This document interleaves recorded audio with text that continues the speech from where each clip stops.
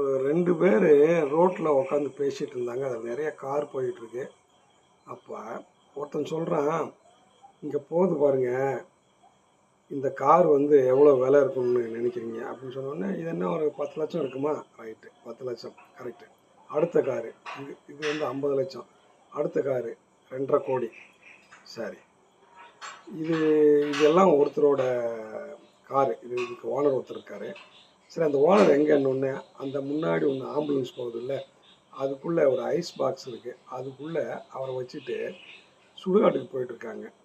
அப்படின்னோடனே இதுலேருந்து நீங்கள் எனக்கு என்ன சொல்கிறீங்கன்னாக்கா, இத்தனை கார் இருக்கு இருந்து என்ன பிரயோஜனம்? கடைசியில் அத்தனை காரில் அவர் பாடி போகலை, அவ்வளோ விலை உயர்ந்த காரில் பாடி போகலை, சாதாரண ஒரு ஐஸ் பெட்டிக்குள்ளே ஒரு ஆம்புலன்ஸுக்குள்ளே வச்சு தான் அங்கே போயிட்டுருக்கு.